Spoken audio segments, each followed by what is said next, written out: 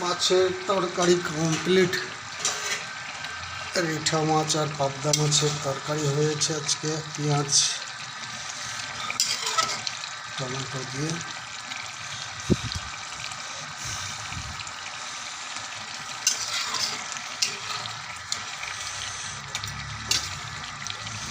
রিঠা মাছ আর এটা হচ্ছে যে পাবদা মাছ। রিঠা মাছ আর পাবদা মাছের ঝোল। আজ 12ই অক্টোবর আছে একটা স্পেশাল ডে, জানি না সকলের জানা আছে কিনা। আজকে সিস্টার লাভ ডে। যাদের বোন আছে অনেক অনেক ভালোবাসা দিও বোনকে। সিস্টার লাভ ডে আজ 12ই অক্টোবর।